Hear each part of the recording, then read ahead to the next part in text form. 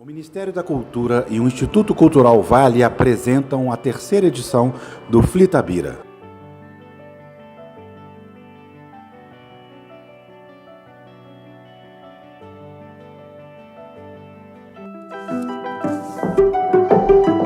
Pode ser o Grupo Corpo ou a Companhia de Dança do Pantanal. Museu de Arte Moderna de São Paulo ou Arte em Cores. Filarmônica de Minas Gerais ou Programa Vale Música. Restauração do Museu Nacional ou da Cripta da Basílica de Nazaré. Onde tem cultura, a Vale está. Dos projetos que todo mundo já conhece, até aqueles projetos que todo mundo precisa conhecer. A cultura brasileira tem o nosso apoio. É valorizando essa cultura que crescemos e evoluímos juntos. Instituto Cultural Vale. Boa tarde a todos. Obrigado pela presença. Política Literária, com Rejane Dias, Rodrigo Lacerda e Simone Paulino. Apresentação feita em 3 de novembro de 2023 no Festival Literário de Itabira, FLI Itabira. Esta ocorre em um auditório que possui um pequeno palco ao fundo. Ao fundo também há cartazes do terceiro FLI Itabira em tom branco sujo estampado com desenhos simples. Também há um telão. Em cima do palco, há 4 cadeiras dispostas lado a lado, intercaladas por 3 mesinhas que carregam copos com água. Da esquerda para a direita, a primeira pessoa sentada é Simone Paulino, uma mulher branca de cabelos castanhos lisos cujo comprimento lhe vai até o ombro. Ela traja blusa e calça em conjunto de tom caque e uma blusa preta por baixo. Usa óculos retangulares de aro grosso preto. A segunda pessoa sentada é o mediador, um homem branco de cabelos curtos grisalhos e barba branca. Ele traja camiseta de botões azul escuro e calça bege. A terceira pessoa sentada é Rodrigo Lacerda, um homem branco de cabelos escuros curtos e barba grisalha. Ele traja camiseta de botões brancas e calça jeans. A quarta e última pessoa sentada é Rejane Dias, uma mulher branca de cabelos cacheados grisalhos, cujo comprimento lhe vai até as orelhas. Ela traz um vestido preto longo e, por baixo, uma camiseta listrada de bege e preto. Usa colar no pescoço e óculos redondos de aro preto grosso.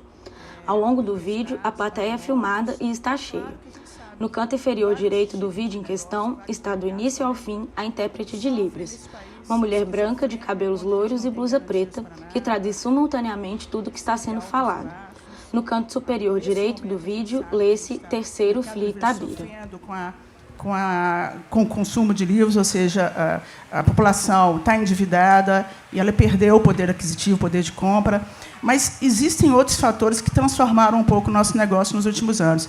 Eu juro que eu vou ser assim, um overview. Estou brincando. Uma coisa muito importante. Pode levar, uma coisa muito importante, talvez vocês não saibam, mas nós tivemos, há poucos anos, a derrocada das 2 principais redes de livraria no país, Saraiva e Cultura. E vocês não têm ideia do que é a gente navegar nesse mar sem essas 2 redes, que tinham muita qualidade. Mais de 120 lojas, e eram, de fato, os 2 maiores e melhores vendedores de livros no Brasil. Só para vocês terem uma ideia, vou dar um exemplo muito simples.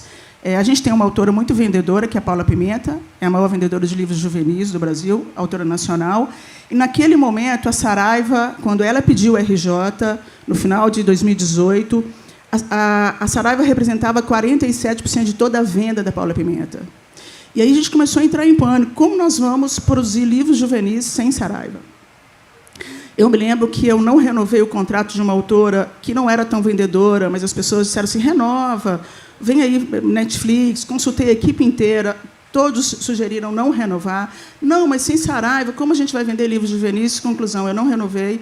De fato, essa autora virou best-seller depois, mas não fomos nós que vendemos esses livros. Então, ou seja, a falência da Saraiva, ela provocou uma série de movimentos e nos deixou bastante angustiados naquele momento. Cultura, obviamente. Bom, mas de lá para cá, então, a gente tem, por causa disso também, um crescimento enorme da Amazon, que é a maior vendedora de livros do Brasil, antes da pandemia. Portanto, Ali, junto com a derrocada da Saraiva da Cultura, entre 18 e 19, a Amazon respondia por 19% do nosso resultado.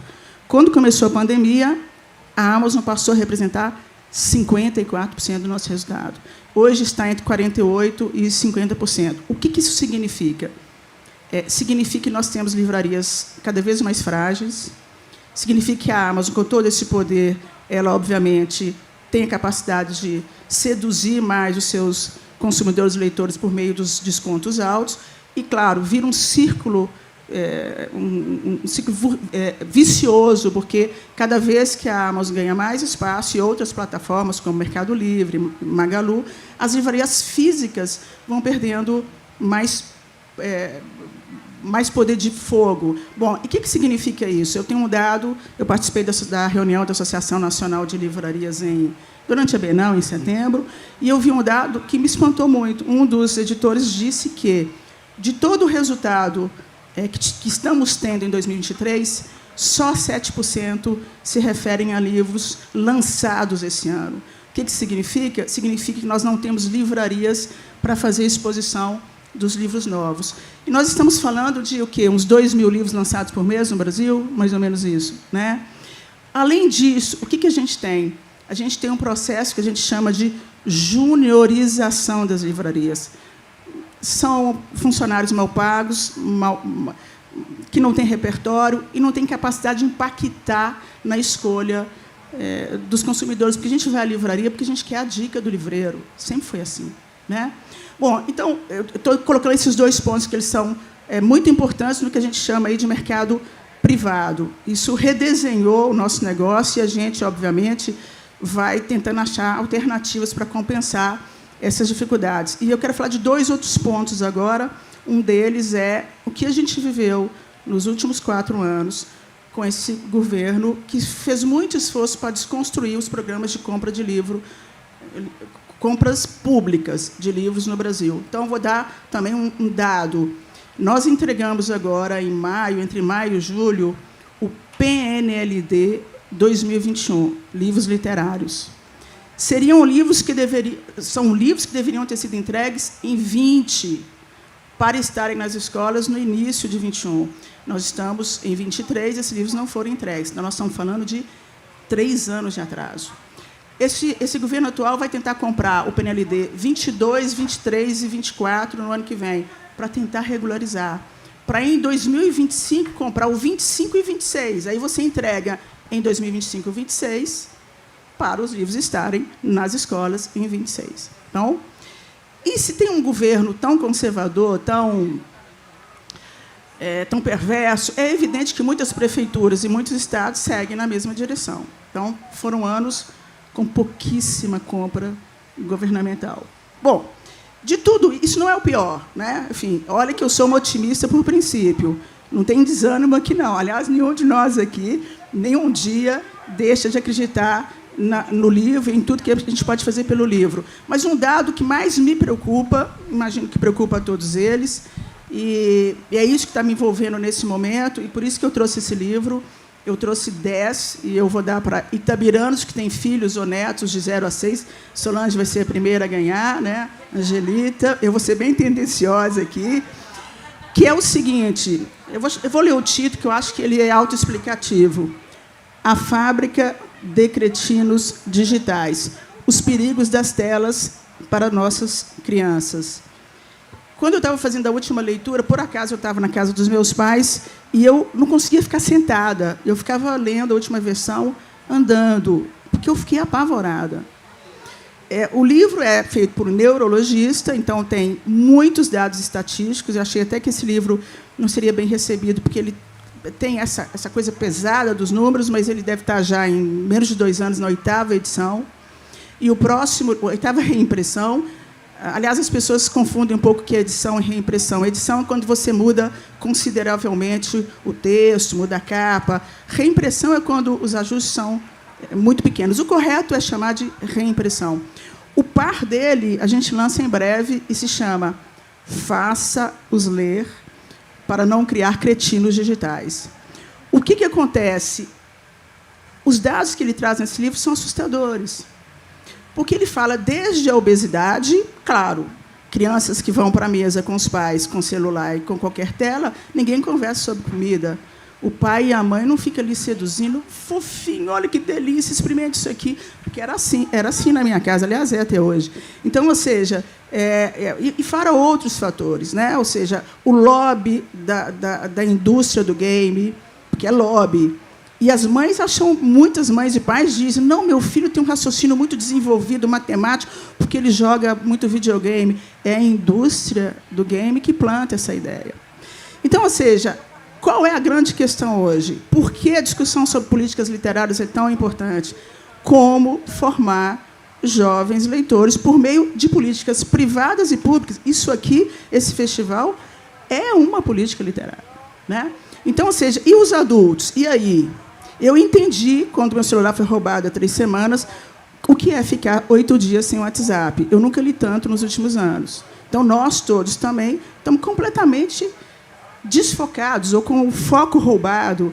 Então, olha o desafio dos editores hoje. Com quem a gente compete? O WhatsApp, Instagram, TikTok, Amazon. Ou seja, não tem vida fácil, não, né?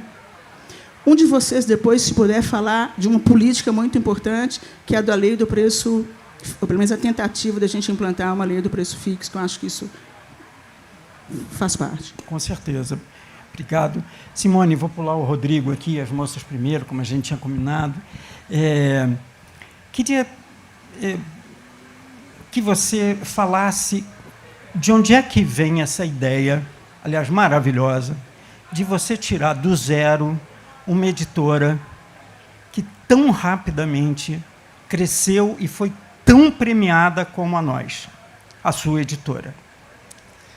É que eu... Bom, ela é modesta, mas a gente vai arrancar essa historinha dela. Uma alegria estar aqui com esse time ótimo, que eu admiro muito.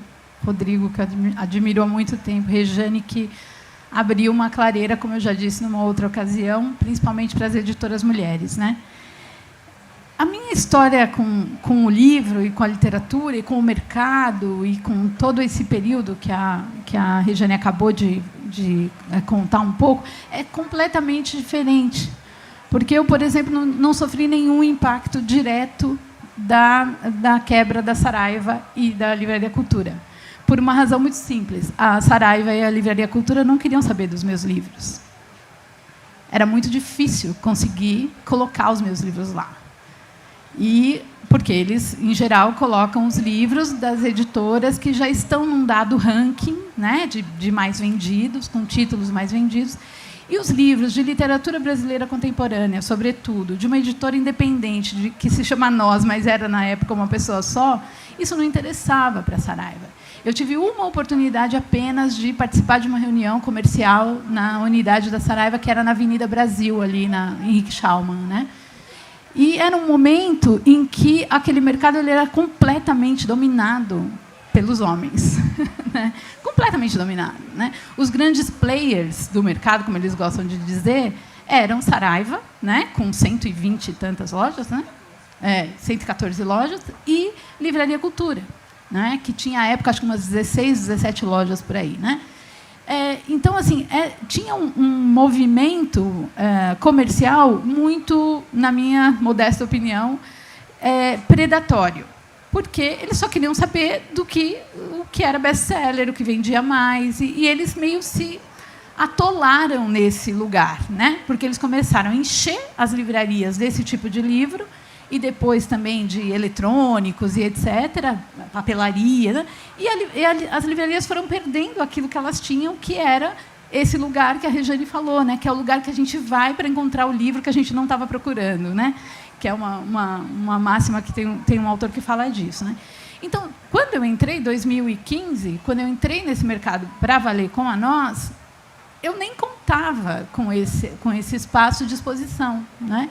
E eu comecei a fazer o que o editor independente faz nesse país, que é fazer o trabalho de formiguinha, que é convencer leitor a leitor de que aquela minha escolha editorial era relevante, era bem cuidada, que a minha capa era bonita, que meu texto era bem revisado e que tinha um frescor naquilo que a gente estava fazendo.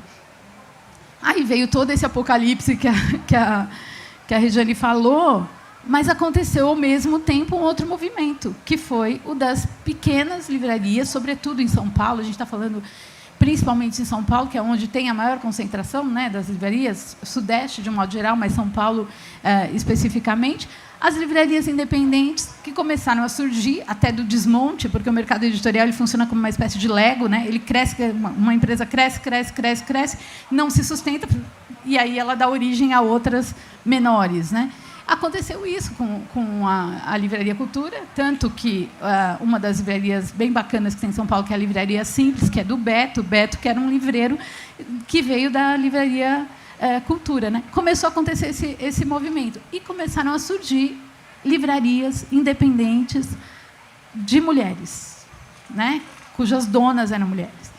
E isso, eu acho que foi uma pequena revolução que aconteceu, pelo menos no meu pequeno mundo. O Zé Manuel Diogo não está aí, mas ele fala que eu sou a rainha da Vila Madalena, porque na Vila Madalena, em São Paulo, tem muita livraria, né?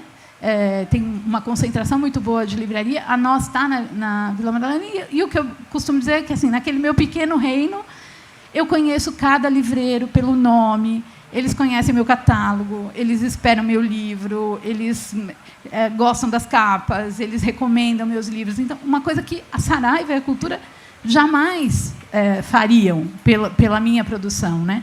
Então, a minha experiência ela é um pouco diversa. Ela é a experiência do pequenininho. Uma coisa que não é artesanal. É que isso é uma coisa importante de dizer, né? Porque a gente tem, às vezes, a tentação de achar que a editora pequena é uma editora amadora. E não é. A editora pode ser contrário, pequena. Né? Ao contrário, muitas vezes. A editora pode ser pequena, e aí a gente podia até discutir o que é pequena. Ela pode ser pequena e, ao mesmo tempo, ter uma alta qualidade, né? Uma produção de alta qualidade. A gente tem, o Rodrigo deve conhecer, a gente tem um case mundial, que é uma editora que chama Fitzcarrald, que é inglesa, e que, assim, todo mundo ama os livros deles. Tudo que eles fazem, todo mundo está olhando, porque as escolhas são muito acertadas, a qualidade gráfica é belíssima, o cuidado com o livro, o cuidado com o autor também, porque o autor ele não é, na editora independente, ele não é só mais um número que vai vender X livros. Ele é alguém que faz parte, eu não gosto da expressão família, família, nós, não é família, mas ele faz parte de uma pequena comunidade que vai se formando, né, com interesses muito próximos. Eu gosto muito de uma expressão de um editor italiano, Roberto Calasso, que ele diz o seguinte, que edição é um gênero literário e que o editor ele escreve um livro com o seu catálogo. E que, quanto mais esse editor for fiel à história que ele quer contar no mundo com o seu catálogo, mais bem-sucedido ele vai ser. Só que esse bem-sucedido não significa necessariamente estar na lista dos mais vendidos, né? Ele pode não estar na lista dos mais vendidos, mas pode acontecer de dar uma sorte, como demos, de o ano passado, ter um livro feito de forma completamente amorosa, que é o Também Guardamos Pedras Aqui, da Luísa Romão, que ganhou o Jabuti de poesia e ganhou o Jabuti de livro do ano, e que agora, desde o final de 2023, mas até 2024, já vai ser traduzido pelo menos para uns 8 países, né? Então, assim, são coisas que acontecem, mas o que eu acho que é resultado de um modo de fazer. Então, não é sorte, né, Simone? Eu tem acho uma que ousadia, é sorte tem uma disposição ao risco, né, a aposta num autor inédito. Tem tudo isso, né? Quer dizer, no seu caso, os prêmios vieram daí, não vieram da sorte. Sim, porque aí tem uma especificidade, e falo só isso para finalizar e dar a palavra para o Rodrigo, tem uma especificidade no caso da Nós, que a Nós realmente conseguiu uma espécie de um protagonismo num aspecto da literatura brasileira contemporânea, que é o fato de lançar autoras inéditas que chegaram estourando a banca, né? A maior delas, que todo mundo conhece, é a Aline Bey, né? O Peso do Pássaro Morto é o livro mais vendido da Nós, é um livro que é um fenômeno, né? E foi uma descoberta num concurso literário que eu ouvi ela lendo um trecho, eu falei, opa, tem alguma coisa aqui que não tem ainda em lugar nenhum, né? E dali, é muito interessante, aquilo, de uma certa forma, despertou em mim um interesse e uma escuta para essa dicção da literatura contemporânea escrita por mulheres, que aí acabou me colocando numa posição de vantagem, e eu acabei, por uma série de razões, lançando várias autoras que tiveram mesmo esse espaço privilegiado aí na literatura brasileira contemporânea. E tudo somado, eu acho que é isso, né? É uma editora. A gente está aqui, né, na cidade do Drummond, né? Quando eu criei a Nós, eu dizia que eu queria que fosse uma editora do nosso tempo, né? Porque o tempo é a minha matéria, o tempo de agora, né? Que é um pouco o que o Drummond fala. Eu acho que é isso. E eu acho que o tempo atual está muito interessado no tempo atual. Os clássicos vão continuar eternamente guiando a gente, mas a gente quer saber como é que pensa, como é que escreve, como é que existe uma dada geração. E eu estou muito interessada nisso. O problema, né, Simone, é quando você constrói uma autora, faz essa autora ter uma repercussão nacional, ganha prêmio, e depois essa autora escolhe uma grande editora para lançar seu segundo livro. Isso realmente é sofrido, né? A Regiane está sendo fina, né? Eu não diria que a autora escolhe, embora a autora tenha escolhido, de fato, em algum momento, né?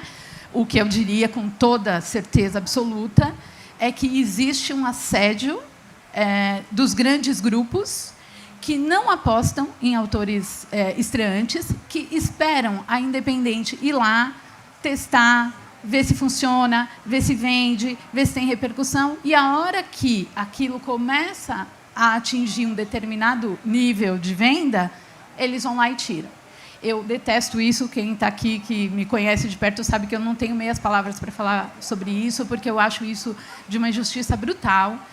Tem gente que diz, é o jogo do mercado. Eu não gosto desse jogo, porque o editor vai e faz um discurso de bibliodiversidade. Não, porque é importante para o país que existam editoras independentes, que descobrem novos talentos, que apostam em livros de pequenas tiragens, etc., etc. Mas, a hora que essa editora independente dá certo, que vende 70 mil exemplares, uma coisa que para uma editora independente é um milagre, né? Vende 70 mil exemplares, aí esse mesmo editor vem e leva o pilar, digamos assim, comercial, né, da editora. Então, não é pela bibliodiversidade, né, gente? Vamos combinar. O que tem aí é o capital, como sempre, né, ditando as regras, sobretudo quando se trata de editora que já foi brasileira, mas que hoje é 70% de capital estrangeiro. Pronto, falei. Muito bem. Rodrigo, agora é você. Eu queria pedir ao Rodrigo que abordasse um pouco essa dupla personalidade de que ele é dotado, de ser autor e editor. O Rodrigo já passou por editoras de todos os tamanhos, editoras pequenininhas. Ele hoje pertence, o trabalho dele é dedicado a uma grande editora. Ele já passou por editora universitária, trabalhou na EDUSP, um momento brilhante da EDUSP. Mas o que o Rodrigo é grande mesmo é como escritor. Esse livro que está ali ao lado dele chama-se O Fazedor de Sonhos, de Velhos, desculpe, e é uma obra-prima.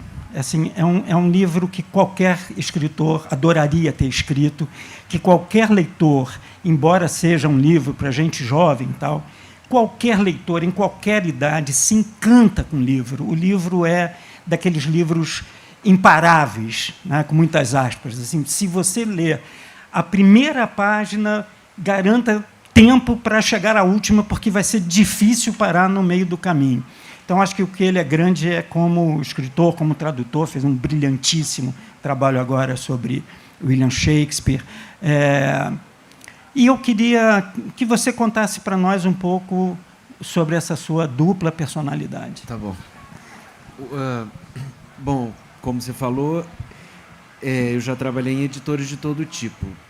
Comecei trabalhando em editoras que, na época, eram da minha família. Meu pai e meu tio eram sócios, com um tino empresarial incrível. Conseguiram enterrar as duas editoras da família. Aliás, tino empresarial que é hereditário. Então, dali em diante, eu passei a ser só funcionário. Gastar o dinheiro dos outros, que é muito melhor. Então, aí depois saí do Rio, fui terminar a faculdade em São Paulo, e aí tive uma primeira experiência numa editora que não era da família. Eu tinha uns 24 anos, que foi a EDUSP. Fiquei 5 anos lá. Saí rapidamente do mercado editorial durante 1 ano, aí fui trabalhar na COSAC Naif, que foi uma experiência muito importante, não só para mim, acho que para o mercado editorial brasileiro como um todo. Assim, foi uma editora que deu uma chacoalhada no mundo editorial brasileiro. Eu aprendi muito lá. Mas era, obviamente, quase que uma performance e não um negócio. Assim. E como tudo que é bom, acaba rápido. Depois trabalhei na Zahar muitos anos, na editora Zahar. Depois da Zahar, passei pelo Instituto Moreira Salles, coordenei a parte de editorial lá. Também a Mameluco Produções Artísticas, que é a editora do Jorge Caldeira, que era uma editora específica de livros de história do Brasil. E, finalmente, agora estou trabalhando na Record, né? Então, tem editoras públicas, editoras familiares, editoras de ficção, editoras de não ficção. Realmente flutuei assim, bastante. Como a Rejane estava falando, e para citar uma frase que eu já gostava antes de trabalhar na Record, mas que é do fundador da Record, o Alfredo Machado, perguntaram para ele como é ser editor no Brasil. E ele falou, é como andar na montanha-russa. Você fecha os olhos, joga os braços para trás e grita. E é mais ou menos isso, porque é muito instável tudo. Eu quando entrei na Zahar, por exemplo, a Zahar era uma rocha de solidez, super bem administrada pela família, ao contrário da minha, a família Zahar tinha muito tino empresarial. Só que veio a crise de 2015, vem a quebra da Saraiva da cultura. Quer dizer, a coisa vai se agravando até 2019, quando finalmente a Zahar, antes de se endividar, prefere ser vendida para que a família possa tocar a sua vida sem se encalacrar num negócio que não parecia ter futuro, realmente. Então, esse episódio da Zahar eu cito porque foi muito sintomático para mim do maior problema editorial que eu considero, que é ou você é grande ou você é mínimo. Não dá para ser médio. Quer dizer, ou você é mínimo e você tem 3 pessoas, 4 trabalhando com você, cada uma na sua casa, sem você ter que pagar o cafezinho, ou então você tem que crescer sem parar, porque esse estágio intermediário do negócio que te permite um tipo de vida assim, produtivo, mais tranquilo, que é o ideal dos 2 mundos, né? Esse tipo de negócio no mundo editorial é difícil, porque você tem que estar sempre lascando para crescer, crescer, crescer, ou então perdendo oportunidades para continuar pequenininho. Então, isso eu acho uma pena, porque eu vejo em outros países, nos países, assim, digamos, do centro editorial do mundo, e eu vejo que há espaço para empresas de porte pequeno para médio, e que você volta lá 15 anos depois e ela continua do mesmo tamanho, não mudou nada. E a pessoa, o dono e os funcionários continuam tendo a mesma vida. E eu queria isso para mim, entendeu? Eu acho que se eu, um dia, deslocadamente, fosse abrir minha própria editora, eu ia querer esse padrão. Mas no Brasil, sempre que um amigo vem me falar, não, estou pensando em abrir uma editora, eu digo, não faça isso. Não faça isso, você vai jogar dinheiro fora. Um grande amigo meu, o Carlos Eduardo Magalhães, abriu a Grua Livros, que é uma excelente editora, e eu desestimulei-o com todas as forças para ele não abrir a editora. Ele está aí já há quase 15 anos com a editora, vai muito bem, mas eu não faço por mal, porque realmente eu sei o perigo que é você botar o seu próprio capital quando você não tem muito num negócio como esse. Para complementar a resposta, realmente eu tenho uma dupla personalidade, que é essa de escritor. Um amigo meu, ótimo escritor também, e que é meu autor lá na Record, que é o Fernando Bonassi. Há muitos anos atrás, anos 90, eu já trabalhava na EDUSP, conheci o Fernando, ele estava lançando o primeiro livro, eu lançaria logo depois o meu, e ele me falou, não, porque você sabe que ser editor e escritor ao mesmo tempo é impossível. E eu fiquei apavorado, porque todo o meu projeto de vida era justamente isso. E aí eu nunca entendi por que ele dizia que era impossível. E eu passei a vida especulando. É impossível porque, se você é editor, você jamais terá um trânsito muito fluente entre os seus pares, porque você vai recusar o livro de um monte de gente que vai ficar, obviamente, com ódio de você para sempre. Então, sabotarão a sua carreira de escritor. Ninguém vai no seu lançamento, isso é certo. Outra possibilidade dele ter dito isso era que o escritor, por sempre, ao escrever seu livro, estar trabalhando numa determinada linha, seja de um gênero literário ou de uma estética literária. Em geral, eu sempre entendi a frase do Fernando mais como se fosse uma questão estética, mas que esse escritor, ao se colocar como editor, ele não teria capacidade, abertura mental para apreciar outras estéticas que não fossem aquela na qual ele estava trabalhando naquele momento. Então, ele só ia publicar a turminha que, por acaso, estivesse trabalhando na mesma linha que ele. E que isso não daria um bom editor. Enfim, fiquei a vida especulando. Outro dia encontrei o Fernando Bonassi, falei, o que você quis dizer com isso? E ele falou, não lembro de ter te falado isso. Foi péssimo, foi uma decepção. Bom, então, eu... como escritor, é claro que as duas coisas se complementam. Então, por exemplo, a minha obra literária não é uma obra... É claro que a política aparece, porque tudo é política, né? O nosso comportamento é político, tudo.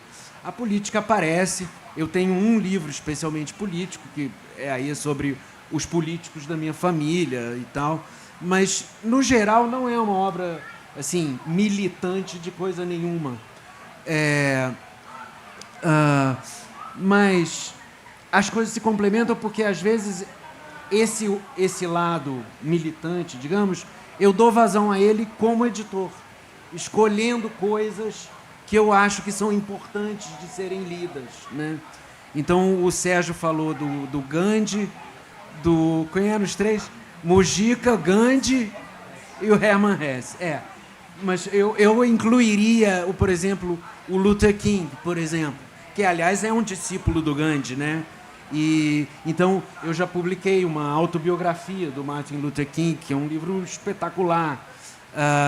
Enfim, coisas que eu acho que têm a ver com as pautas do dia, do nosso tempo, como a Simone falou, e que às vezes não aparecem nos meus livros, mas aparecem na minha obra como editor, né? Nesse sentido autoral do lado editorial.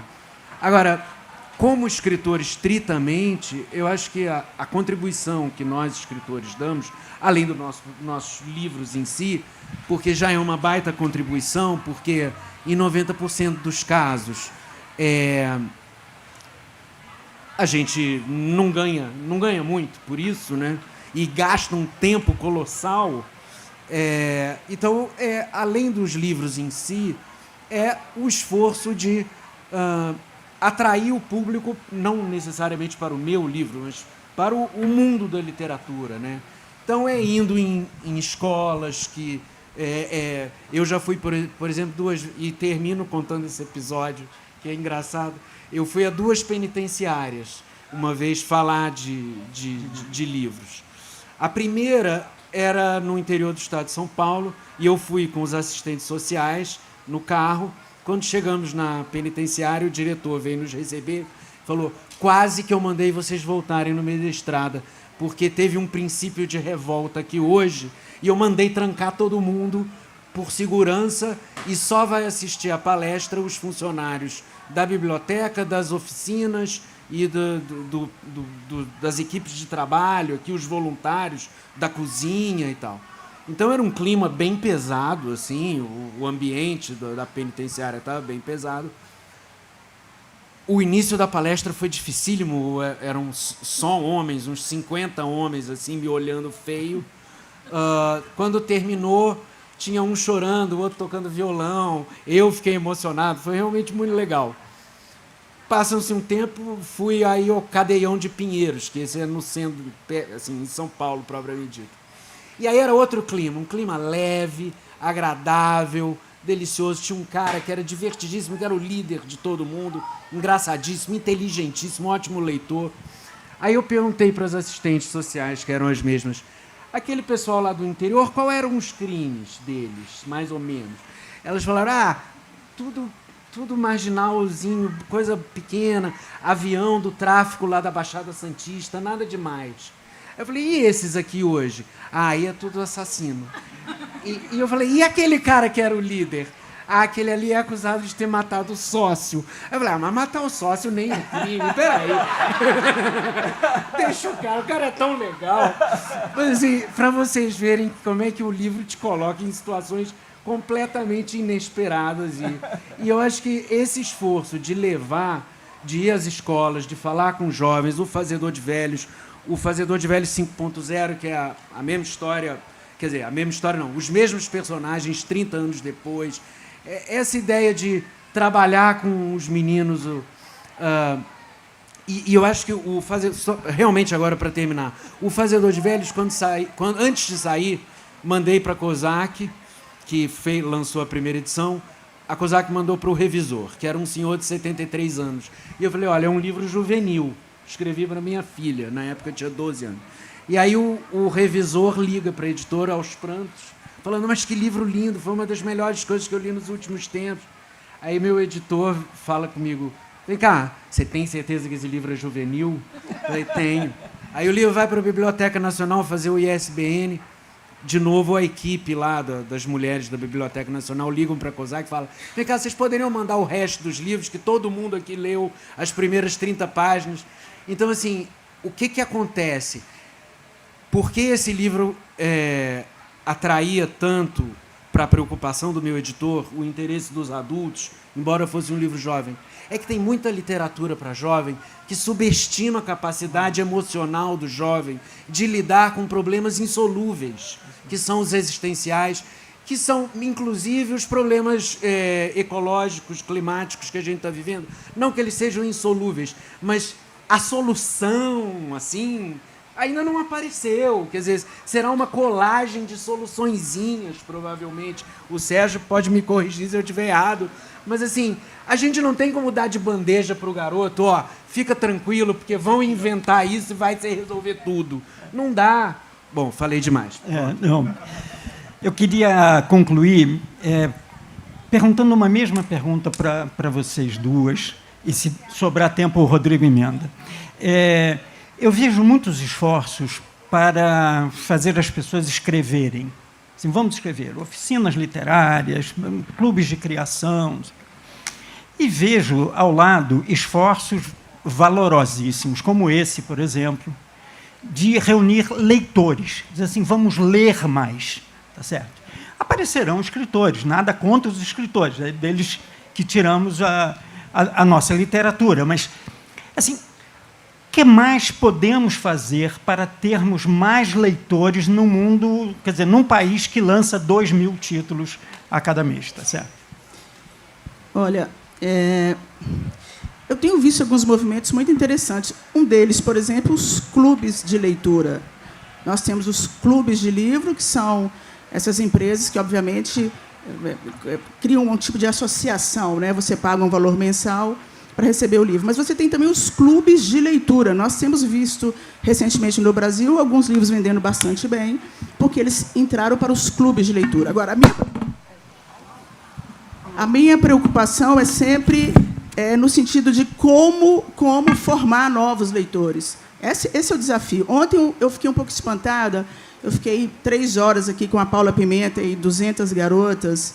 Então, tivemos 2 questões importantes. Uma delas é como seduzir os garotos para a leitura. Porque quem lê hoje, entre o público juvenil, é muito mais garotas. E no público adulto, a gente tem alguns números de que a maior parte dos livros de ficção contemporânea, ou mesmo clássico, são vendidos para mulheres. E o mais interessante, mas não é um interessante positivo, não. As editoras estão publicando muito autoras mulheres, porque, como são muito mais leitoras comprando livros, elas se identificam muito mais com autoras mulheres. Sérgio, heterossexual, branco, homem, nesse momento, assim, sério. Não está com nada. Não está com nada. Então, ou seja, as mulheres estão sendo, de fato, muito publicadas. Bom, agora, ontem teve uma outra questão que me assustou, e aí que eu acho que o desafio é muito mais profundo.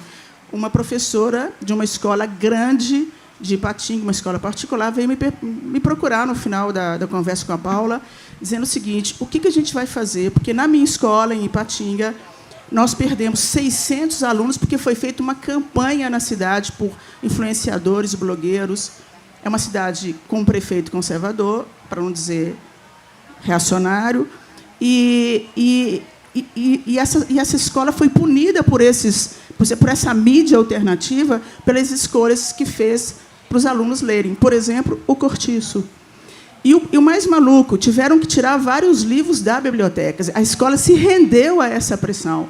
E a Silvana, inclusive, deu a dica de um profissional ou de uma profissional, ou seja, é preciso desconstruir essa militância perversa dessa turma que acha que os garotos não podem ler o Cortiço. O pior, ela fez um pequeno comentário que me assustou. Olha, o mesmo pai que não quer que esse livro A ou B seja lido porque tem uma cena de sexo, tem uma filha de 13, 14 anos que a gente sabe que já usa DIU. Quer dizer, olha que maluquice, né? Então, ou seja, como fazer com que essas crianças leiam mais? Bom, aqui, gente, olha, aqui isso é muito grave, porque o autor fala de crianças de 0 a 6 anos lendo muito pouco e vendo telas durante 5, 6 horas por dia. Então, assim, para mim, o primeiro caminho é em casa. E é para ler para as crianças todo dia, não é de vez em quando, não é quando a criança recebe o livro da escola, né, o livro da lista, é o tempo inteiro. Nós, de modo geral, vemos poucas crianças indo com os pais, ou os pais levando as crianças nas livrarias. Os pais acham que, se tem uma lista escolar, aquilo já é suficiente. Bom, além disso, né, um evento onde você coloca as crianças aqui, a gente vê uma programação intensa, isso é uma forma de despertar o interesse pela leitura. Bienais do livro. A Bienal do Livro, hoje, ela é eminentemente juvenil. Nós, inclusive, estamos começando a aceitar mais essa ideia. Olha, vamos para a Bienal no ano que vem com o catálogo só juvenil, porque é isso que está acontecendo com as bienais. Ruim por um lado, mas positivo por outro. É você levar cada vez mais jovens aos eventos literários. Eu acho que a gente tem caminhos possíveis. Muito bom. Simone, você ficou com a palavra final. Já não vou fazer a palavra para o homem branco, cis, já dançou. Já falou demais. Já dançamos. Como sempre a gente fala demais. Eu acho que tudo isso que a Regiane falou é muito importante, mas eu nunca descarto uma coisa que é o grande mistério que é a descoberta do livro e da literatura, né? E aí eu vinha com a Trudruá, não sei se ela está aí, eu vinha com a Trudruá conversando no carro e dizendo 2 coisas, né, que eu acho que serve como um exemplo, né? Eu sou uma pessoa que o pai e a mãe eram analfabetos. Nenhum dos dois lia nem escrevia. Não tinha livros na minha casa, nunca teve. até a minha idade jovem, 20 anos, o meu primeiro livro que eu ganhei na vida, Cidade Partida, do Zuenir Ventura, ganhei do meu primeiro editor de jornalismo, porque eu sou jornalista de formação. Então, não tinha livro na minha casa, não tinha jornal, não tinha Bíblia, não tinha nada. E, no entanto, eu me tornei uma grande leitora, porque eu acho que a melhor coisa que eu sou é leitora. Porque, para ser escritora, você tem que ser leitora, para ser editor, você tem que ser leitor. Então, eu acho que a melhor coisa que eu sou é leitora. Me tornei uma grande leitora e tenho muito orgulho disso. Mas há um mistério nesse negócio. Porque como? Né? Um dos aspectos é a escola. Né? A questão da educação ainda é a base de tudo, porque, querendo ou não, foi numa escola de periferia da Zona Leste de São Paulo que eu tive pela primeira vez contato com um livro, Marcelo Marmelo Martelo, da Ruth Rocha. Então, assim, eu acho que essa é a base. Né? Mas tem uma coisa que é da ordem do mistério. Mas isso que você falou me lembrou do que eu estava dizendo para tudo do ar. Eu tinha, acho que, uns 9 anos, nessa escola de periferia da Zona Leste de São Paulo, e teve uma excursão para a Bienal do Livro. Bienal do Livro, que à época acontecia onde hoje é a Bienal de São Paulo, a Bienal de Artes, né? Que é dentro do Ibirapuera. E que é um prédio belíssimo, tem umas rampas maravilhosas e tal, e que, para uma menina que morava no fim do mundo, aquilo ali era uma coisa fora do comum. Né? E encontrar naquele ambiente aquele tanto de livro, para quem não tinha livro, também era uma coisa, era praticamente descer num outro planeta. Né? E eu lembro que eu estava descendo uma daquelas rampas, já no final do dia, exausta, né? E eu tirei o meu sapato, que eu até hoje gosto muito de andar descalça o tempo todo. Tirei o meu sapato, e quando eu tirei o meu sapato, tinha uns jornalistas da Globo fazendo reportagem sobre a Bienal e vieram me entrevistar. A minha filha fala, mãe, você tem que achar essa imagem em algum lugar. Né? Eu acho que ali tinha um destino se fazendo, naquele momento. É um mistério isso. Como eu fui me tornar uma leitora, uma jornalista, uma mestre em literatura, uma editora, e agora estou publicando livro fora do Brasil, na França, na Itália, em Portugal. Como? Tem um mistério. Mas você aprendeu a ler por prazer, né? Porque essa é outra questão. Às vezes vendem para os garotos e garotas que é preciso ler para ser bem-sucedido, para ter sucesso na carreira. Quer dizer, a sua aventura foi a aventura do conhecimento. Sim, mas eu nem acho que eu aprendi a ler por prazer. Eu acho que eu aprendi a ler por necessidade. Acho que mais por necessidade. Porque, na hora que a professora da escola pública da periferia escreve no teu caderno excelente, muito bem, continue assim, ela te dá uma palavra para você fundar um mundo, que é o que a Clarice Lispector fala. Né? Com uma palavra, poderia criar um caminho de vida. Ela te dá uma palavra de afirmação, escrita ali, que ninguém te deu. E ela te dá. Assim como no ensino médio, uma professora de português, professora Tereza, que lembro dela até hoje, uns olhos enormes atrás de um óculos fundo de garrafa, me disse, menina, você só tira 10 em redação, você tem que ser jornalista. Pronto, eu fui ser jornalista, porque aquela professora me colocou naquele lugar. Então, eu acho que a educação antes de tudo. O macho branco pode dar uma última? Pode, macho. A minha carreira de mediador já acabou, tá certo? Mas eu não tenho moral nenhuma. Eu tô só... Não, ele é maestro, tá? Ele está acostumado com todo mundo obedecendo ele o tempo inteiro. Aqui não tem moral, não tem batuta. Ensaio de orquestra. É o seguinte, não, é só para dizer, acrescentando o que elas falaram, quer dizer, que você dizer para um jovem, você tem que ler para ser bem-sucedido, ele vai rir na sua cara. É o pior caminho. Porque, para ser bem-sucedido, você tem que fazer muitas outras coisas, não necessariamente ler. Agora, você tem que mostrar para ele o seguinte, os ganhos diretos que isso dá para ele, o exercício de se colocar no lugar do outro, que o personagem obriga o leitor a fazer. Quer dizer, esse exercício de se colocar no lugar do outro tem impactos na vida dele familiar, tem impactos na vida dele social, na escola, nas relações amorosas e na relação democrática, né? Porque o que é a democracia, se não a capacidade de ouvir o argumento do outro, olhar o mundo pelos olhos do outro? Se o menino não perceber isso, não adianta. Você tem que mostrar esses ganhos diretos, concretos na vida dele. Entendeu? É isso. Pessoal...